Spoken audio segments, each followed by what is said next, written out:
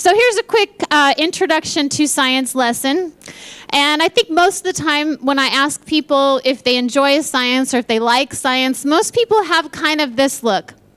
You know, it's like one of those things you feel like you should like or that you should understand, but for some reason over the years, you just don't love it as much as other topics. But what I found is people actually know a lot more about science than they think they know. For example, all of you know that you have 2 parents, right? You guys knew that already.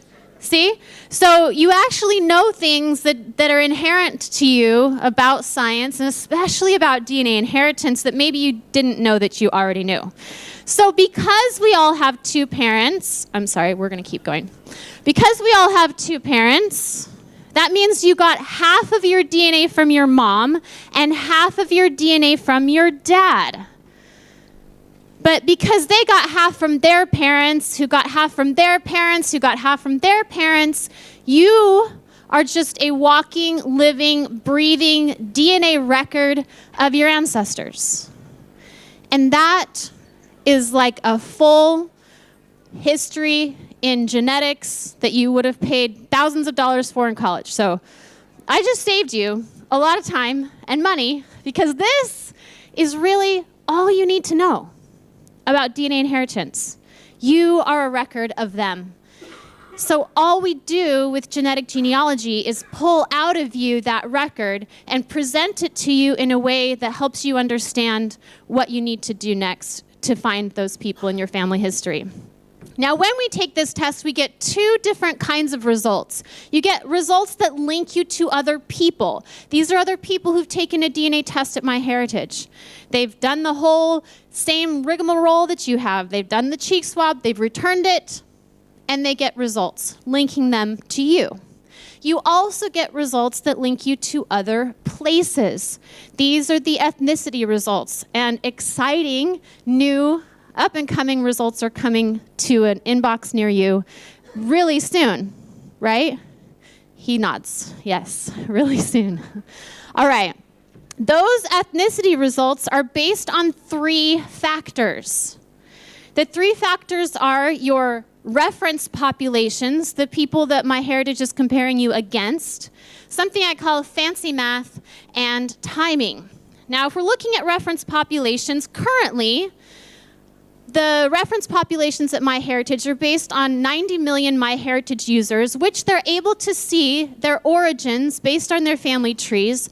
From those users, they chose 5,000 that represented various worldwide populations, and they tested their DNA to find out what it looks like genetically to be from these various places, coming up with the current MyHeritage ethnicity report. Now, I love keynote sessions for the same reason that Gilad does. It's fun to hear about what's coming next, but it's terrible as a speaker because you've already prepared all your slides, and then they go and say something new, and you're like, oh my gosh. But amazingly, this time, it's all working out, and I only had to change a few slides. So this is going away, and what we're getting is going to be amazing. It's going to be so much more detailed and so much more intricate and so much more reflective of you and your heritage.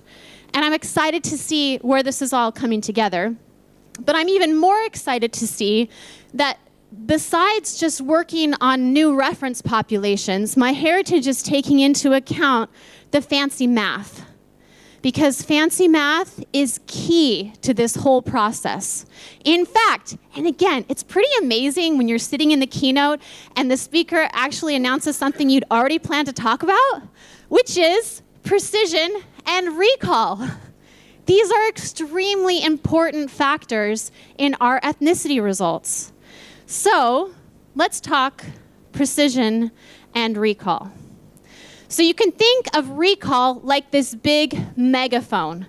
It's like they've created this algorithm that has this big, loud voice that says, calling all Norwegians, come back to Norway. And you're supposed to come if you've got Norwegian DNA. Whereas precision, you can think of like a big pool that only Norwegians should be swimming in. And when you're swimming in the pool, you're looking around and seeing who else is in the pool. So Gilad mentioned that at MyHeritage, they are very interested in precision. Not that recall isn't important, but they are focusing to make sure that precision is accurate. So let me just tell you again how these things work. So when we're talking about recall, that megaphone, we're calling all people of a certain origin to come back to their group. No matter where you are in the world, the megaphone reaches everywhere. No matter where you've moved, no matter where you've migrated, that recall is telling you, come back, okay? So when recall, what they're doing is they're finding what the DNA of Norwegian people looks like. And Gilad told us the reason they're able to do that is because of the MyHeritage user base. Because there are so many people who use MyHeritage from these regions. So good high recall means that everyone who's taken a DNA test, no matter where you're from now, if you have roots in Norway, the recall will call you back to Norway. That is high recall. If the recall is low, it means that people from these other places aren't getting called back. They're getting called back to places nearby, maybe to Sweden or other countries that kind of resemble Norwegian genetics, but the recall is low when all the Norwegian people aren't being called back into Norway. Okay, so that is recall, and recall is important. But as Gilad said, precision is also very important, and the ethnicity report has to balance these two factors.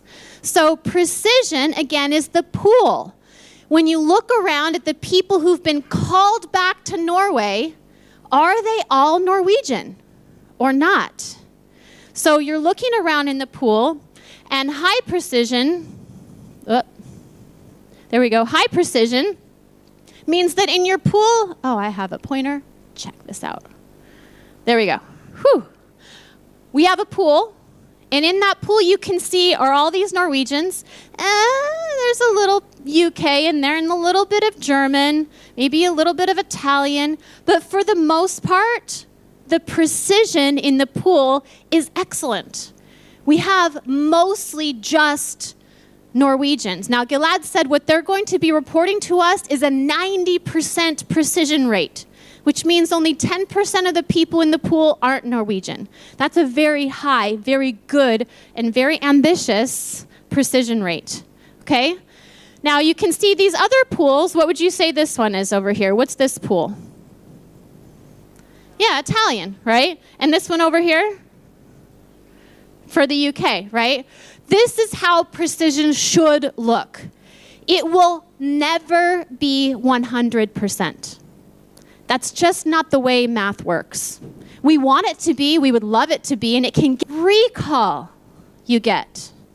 Because the more precise you are about who's allowed into the pool, the more you're going to exclude people that do belong in the pool. Do you see what I mean?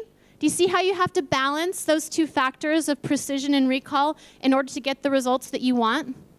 So this is high precision, which means that low precision is going to look like this. Low precision, you're looking around in the pool that you expect to have only Norwegians in it, and there's a ton of people from other places. That's low precision. So hopefully, when these new results come out, you're going to see that you belong to groups that you're sure you belong to. And that if you've been put in that group, it's because you do have ancestors from those places. And Gilad said there's also going to be a way for us to see, well, if I don't want you to be 90% sure, what if I only want you to be 70% sure? Then am I falling into one of these groups? And you can see how those will be useful for you to be able to switch back and forth and fiddle with the math a little bit to see how things are working for you. So, remember, reference populations, fancy math, and even timing, which I'm not really going to talk about, these are all going to be updated according to this morning's announcement in the near future at MyHeritage. So that will be very, very exciting. But those ethnicity results are only half of the result that you get. You also get information about your DNA matches. So these are just other people, again, who've taken the test, who share DNA with you. And they share at a level that's high enough that they're considered to be worth your time to look at. Notice I didn't say they're all your relatives. They're not, but they're worth evaluating. So, essentially, in order to evaluate your matches, you're given two things. You are given the total amount of DNA you share, which is measured in something called a centimorgan, and we abbreviate it like this, CM, and you're given some sort of relationship analysis. So in MyHeritage, you can see your relationship up here is in the estimated relationship section, and the total amount of DNA in centimorgans is listed right here under shared DNA. And that's it. Those are the two things that are given to you to help you understand how you're related to someone else. Sometimes those two factors feel like they came from outer space. They're just presented to you. Believe me, this is what you get. And you're like, okay. But it's interesting, and I think it's helpful for you to understand a little bit more about where this stuff comes from. How did they get this total amount of DNA number? How did they use that number to figure out a relationship? Once you understand what's going on in the background, you can really understand what they're giving you and be better able to use it. Now, last year in Oslo, Daphne gave an excellent talk about all the things that MyHeritage does to create your DNA match list. It's available for free on the Family Tree Webinars website. So if you love science, and who doesn't, you should go and watch that if you didn't see it last year. It was excellent and very informative. And I was half tempted just to tell you all those things again because it was really interesting to me. This is the 10-step process. I kind of made up some of my own names for them. But the 10-step process that Daphne goes over to talk about DNA matching. But I decided, since that's already available, I wasn't going to do that in its entirety. Instead, we're just going to talk about what I think are the most important steps in DNA matching. But I just want you to know these aren't the only steps that MyHeritage has to go through. There are 10, and I'm just going to cover a few of them. So the goal, what's the goal here though? The goal is to figure out how you're related to someone else. So if that's our goal, then really the way you need to be looking at each DNA match is not so much as what's your relationship, meaning are you first cousins or second cousins once removed or something like that.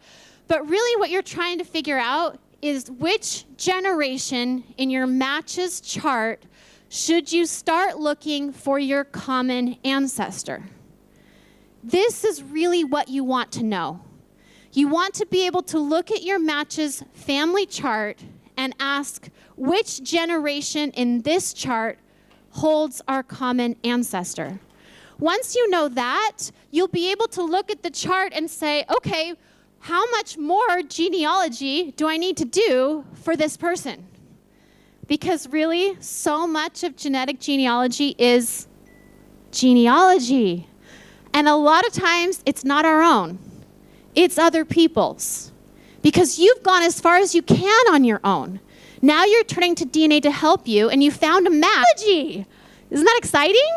We love to do genealogy. And sometimes, honestly, guys, it's really fun to do other people's genealogy because it's actually pretty easy when they only know their grandfather. It's kind of fun to do that for someone else because you find so much success. It's that endorphin that you used to get all the time when you were finding ancestors constantly. So don't be afraid to do someone else's genealogy. And when you find the generation of connection, you know how far back you need to go. So it's a really important step. So DNA matching. We think of this as something really simple, like matching shapes or colors. It seems like it should be simple. You look at my DNA, I look at your DNA, we see how much we share, that determines our relationship. It seems like it should be so straightforward. The thing is, there are a lot of ways to match. So in my little example here, we could match by shape, right? That would be an easy way to match my set of icons. Or we could match instead by color, right? Doesn't that still work? But that's a completely different match arrangement than the first one. Or what if instead of shape or color, I wanted to match by size? Now that's a completely different arrangement of how we should put these shapes together. This is the problem with DNA matching. There are a lot of ways you have to look at the data in order to determine if it's really the match you need. Okay, so that was a really simplified example. This is the way it works, a little more complicated. So your DNA signature is evaluated at all of these different locations, 700,000 data points. Then what happens is your data is lined up with someone else's, and we look for things we call SNPs. These are just places in the DNA where you're different than someone else. And we look for these changes all across the chromosomes. These changes, SNPs, have a time and a place. So not all SNPs are created equally. Some represent a location, maybe in Africa, or in Russia, or in Italy. Each of these SNPs has a time and a place. Those are factors in the matching that MyHeritage has to take into account when they're matching you with someone else. So if we get enough of these SNPs together, that's what makes a centimorgan. The problem with centimorgans is that if you have a centimorgan that's this big, for example, it could contain 3 SNPs, or it can contain 300 SNPs. Same size centimorgan. Right? It's complicated. It's really, really not straightforward, which is why it takes so much fancy math and why it takes so much effort to make sure that we're doing this correctly. So the biggest thing we want to know about our centimorgans is if they are IBS or IBD. So IBS means identical by state, which means you're sharing that piece of DNA because a really, really long time ago, you shared a common ancestor. And when I say really, really long time ago, I mean really, really long time ago, like 10,000 years or so. Is that going to be helpful to know that you're matching someone on a piece of DNA that's that old? Not really, not for our purposes, right? So that's a piece of DNA that's IBS. A piece of DNA that's IBD means that you got it because you guys share a common ancestor. You share a piece of DNA because you share a connection to a person. That means you share it recently and in a very specific place or person. So we really only, for genealogy purposes, want to look at DNA that is IBD, not IBS. So the way MyHeritage does this, or goes about trying to help us determine this, is they take your DNA strand. So I've translated our DNA strand into a readable sentence for us to make it a little easier. But let's say my DNA says, MyHeritage Live is the best thing, blah, blah, blah, something. Okay? Well, we're going to compare my DNA strand to another person who was tested. This is their DNA strand. They start with what they call a seed of a match. Now, if we look at those words, is the, put together, how often in the English language do you think we would find is the together? A lot, right? So this centimorgan, however big it is is probably not going to be that helpful in determining our relationship. So MyHeritage takes that seed of a match and it expands it out until it can see that both of us have MyHeritage Live is the. That's a much better match. Would you agree? Okay? It's going to keep going. The system pushes out this way until it sees that we both say, MyHeritage Live is the best. Isn't it? Yes. Okay? And till it gets to a point where we're different. As soon as it hits that point, it stops. And it says, okay, this, MyHeritage Live is the best, is the shared centimorgan. This is the amount of DNA that's shared between these two people and the amount that we need to evaluate for relationship. So it takes that amount and it measures it. It measures it in centimorgans. And then it takes that, as well as all the other DNA that you might have in common. That's the amount that ends up being reported to you. Another thing that can help us determine relationships and what's IBS versus what's IBD are something that we can only see in big data, meaning by looking at lots of people, not just ourselves. So if someone is sharing DNA with you because you share a recent common ancestor, there will only be a handful, right? There are only so many descendants of your ancestors who've taken a DNA test. However, if your segment that you're sharing is IBS, meaning it's from a long time ago, you're going to share that piece of DNA with lots and lots and lots of people. So by just understanding that there are regions in our DNA that we call pileups, helps you understand that some pieces of DNA are just more common than others. And those pieces of DNA shouldn't be used for matching because they don't really indicate a recent common ancestor. They indicate that you're all from Ireland or you're all from Norway. And that's good to know, but it doesn't help you with matching. So, my good friend Debbie Kennett, who's here, writes an amazing blog, and I encourage you to read it. It's really sciencey and fun, but understandable. So I really, really love how she breaks down concepts for us. She reports on a lot of fun scientific findings too, which again, I know you're all sciencey, so you've got to go and read it. But she wrote this fantastic blog post about why we get pileups. So I want to go over her first two explanations. I'm going to leave the third for you to go read on your own. I don't want to spoil everything. So if you want to read about excess IBD, you'll have to go to Debbie's blog. But I want to talk to you a little bit about SNP poor regions and phasing and how they affect these pileup regions that we get in our DNA. So SNP rich regions would be regions like the city skyline here in Amsterdam.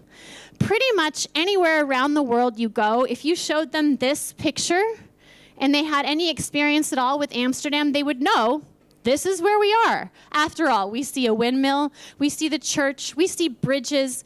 These things we know are inherent to Amsterdam. So if this was a piece of DNA that we were looking at, this would be a SNP-rich region. There's so much data here, we know exactly where we are when we look at it. However, there are regions in our DNA that look a lot more like this. Do you know where that is? Now, I took a bike tour yesterday with my husband. It's our favorite thing to do in a new city is take a bike tour. A lot of times we'll do the city tour. This time we actually took a country tour where we just headed straight out of town on bikes. We went 30 kilometers yesterday. Just a little bit tired, but it was beautiful. But it looked like this. And while I appreciated all of the history and the tour guide's information, if he hadn't given me any of that information and I'd just been looking out over a field, I could have been anywhere, really, right? That's the thing about SNP poor regions. When we're looking at those places in the DNA, they look like this, and they look like a lot of different places.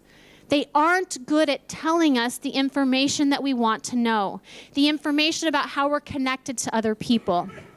So that was SNP poor, SNP rich regions. That's one reason we get these pileups. Another region is something we call phasing. So this is the process of separating the parts of the DNA you got from your mom from the parts that you got from your dad. So again, if this was your DNA, remember you get one chromosome from your mom and one from your dad. So if we were going to translate them into sentences, my dad gave me the sentence, "My favorite dragon ate your cat." Unfortunate. And your mother says, "Your best friend is my mom." Okay, this is the DNA that you got from your parents. However, it's all mixed together. There isn't a little easy way to say this you got from mom, this you got from dad. They don't come labeled. So as part of the process, MyHeritage does what we call phasing. They take this big, with a high level of accuracy. It works because they have a lot of data and really good scientists. However, it's not infallible. There can be mistakes that happen with phasing. For example, after phasing, perhaps your favorite friend is your cat. Now, both of those sentences still make sense. They're still sentences. But has it changed the meaning of your DNA? Yeah, especially for mom, right? She was a best friend and now she's been eaten. This is a big difference, right? Now, most of the time, errors in phasing don't really affect our results that much. They don't really affect matching that much most of the time because you've got so much data, and if one or two phasing errors are made, it doesn't make that much difference. But at the small level, at the little tiny pieces of DNA level, and at your distant relationship levels, it can make a difference. And it can certainly affect the pileups that we see, those places in your DNA where you're sharing with thousands of people.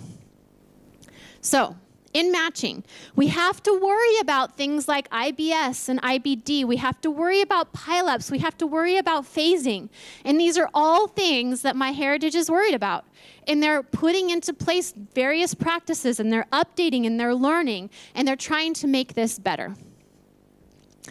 One more thing I want to tell you, I hope, in the next 5 minutes, is a little bit more about the science of segments. It's kind of my own little personal soapbox that I like to get on every now and then about segments. But here's the thing. When we think of shared DNA, we know that it comes in segments, in pieces, these centimorgans. And we think that if we share DNA with someone, we share a segment, it means we must share an ancestor. That's why we're doing this, right? But remember, not every segment represents an ancestor. Some of your segments represent a region, a pileup, right? It's also important to think about how DNA inheritance works. Remember how you got half from your mom, who got half from her mom, and so on and so on and so on? It turns out that if you take 3 fourth cousins, people who are actually fourth cousins with each other, and you test their DNA, all 3 of them will only share the same piece of DNA 2% of the time. 3 real fourth cousins will only share the same piece of DNA 2% of the time. Now, this is mathematically speaking, and it has been tested in various ways. If you add 1 more fourth cousin, so now we have 4 fourth cousins. If you ask, do 4 fourth cousins share the same piece of DNA? Mathematically, that happens 0% of the time. Let's talk about why that might be. So let's say this is your 3 times great-grandfather. He's the guy that's making you fourth cousins. Our 3 times great-grandparents make us fourth cousins. So he has 6,800 centimorgans. That's how much DNA we test. That's how much he has all the way back when he was alive, that we would have tested had he been alive, had we had DNA testing when he was alive. All right, so how much DNA did he give to his kid? That's right. This is the easy math part, okay? Half, right? And then what? And then half, right? And then half, and then half, and then half, until we get down to you. you have about, now again, this is all just math. These are not like actual amounts, but this is about how much you should have. So each of us has 212 centimorgans from our 3 times great-grandparent. Think about that for just a minute. Isn't that amazing? You have 212 centimorgans from this guy. Pretty incredible, I think, which is about 3% of our DNA. All right, so he had other kids, your 3 times great-grandparent, who had kids, who had kids, who had kids, making your 4th cousin who also has, 212 centimorgans, right?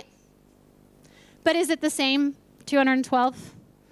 Yeah, no way, okay? Absolutely impossible that you could have the same 212 centimorgans as your 4th cousin from your 3 times great-grandparent. So, if both 4th cousins receive 212 centimorgans from their grandparent, that's all interesting, but we're not testing the great-grandparent, we're testing the 4th cousins, right? So how much DNA do 4th cousins share with each other? Well, they share, on average, 35 centimorgans. All right? So of the 212, they share 35 centimorgans with each other.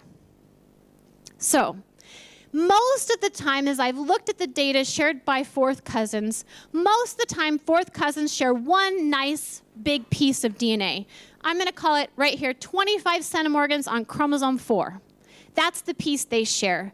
The other 10 centimorgans that they share are usually in smaller pieces, maybe 1 more piece or 2 more pieces somewhere else in the chromosomes. That's a very typical pattern for 4th cousins. So, if you started out with 212, you share 35 with your 4th cousin, it means you have 177 centimorgans from this ancestor that you're not sharing with your 4th cousin. Sorry, wrong way. Right? How's my math doing? Okay? Good. All right.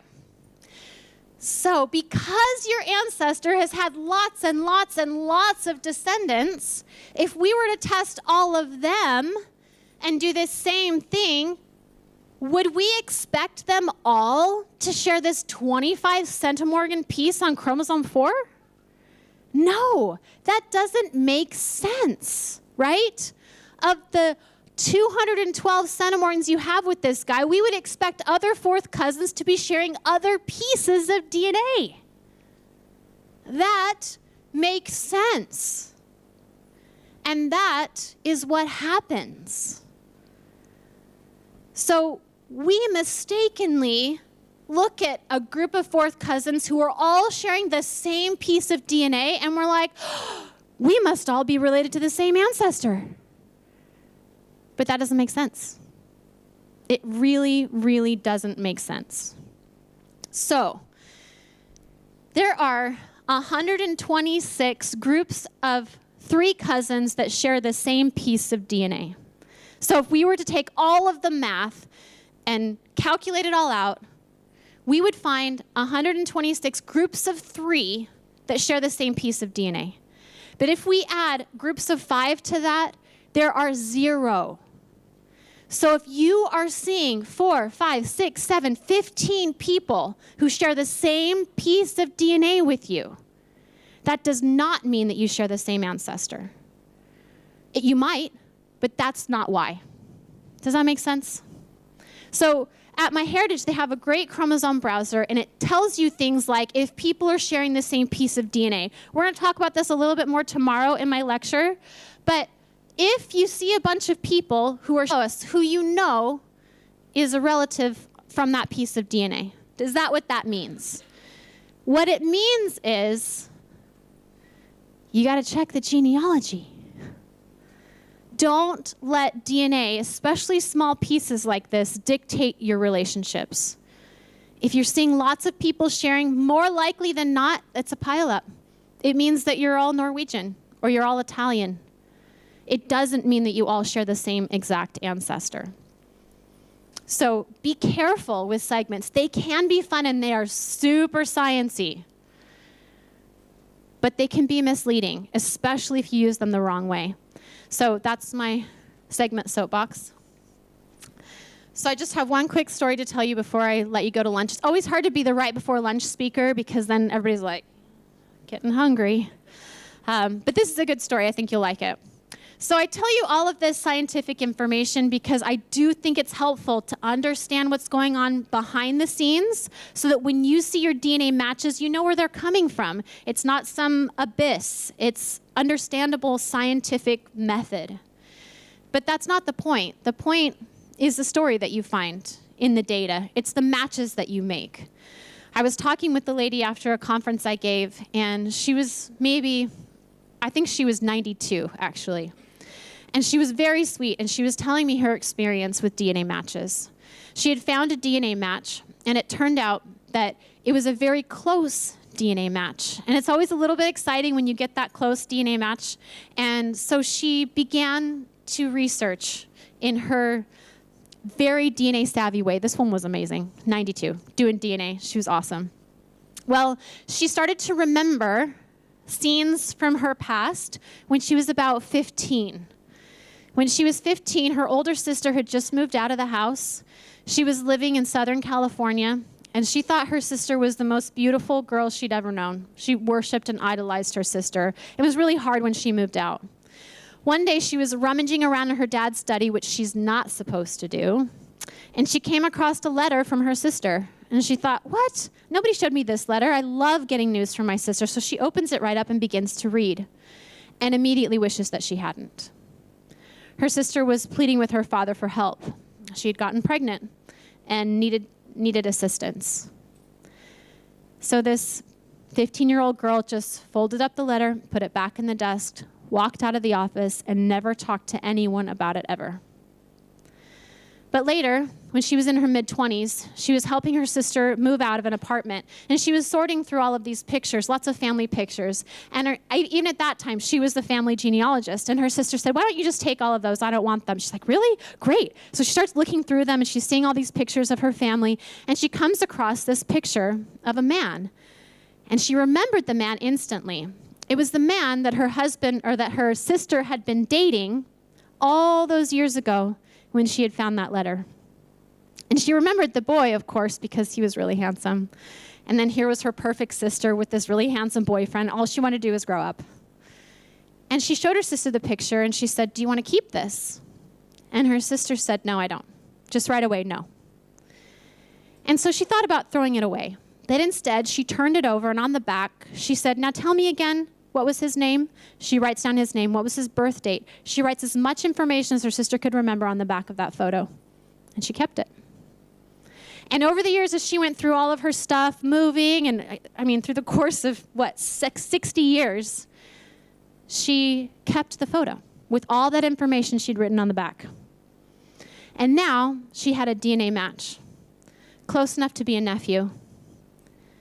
And she contacts this person. And she asks, what do you know about your family? And he said, I was adopted. And she said, I know who you are. And because she'd kept the photo with all of that information, she was able to share that with this match. Soon after, they had a phone conversation. And as we're talking, so much information came out. Information like this man for years had loved music. It was in his core, he felt. No one in his whole family was musical. He was the only one. And he said, was my mother musical? And she said, your mother played cello for the Los Angeles Symphony. I have sang in the Miami Opera for the last 30 years. Is your family musical? Yes. And it's connections like that you see biologically through your DNA that make all the difference. It's about the story. So the science is very interesting, but don't lose the story in the science. So that's it. This is how you can contact me later if you want to. I do have a newsletter if you want to kind of keep up to date on all the latest DNA news and things like that. We don't have time for questions right this minute. I want to make sure you get out to lunch. But I do have a little table out in the exhibit hall where I'll be that you can chat, or you can come up and talk later, or whenever. Thank you for coming. Enjoy the rest of the conference.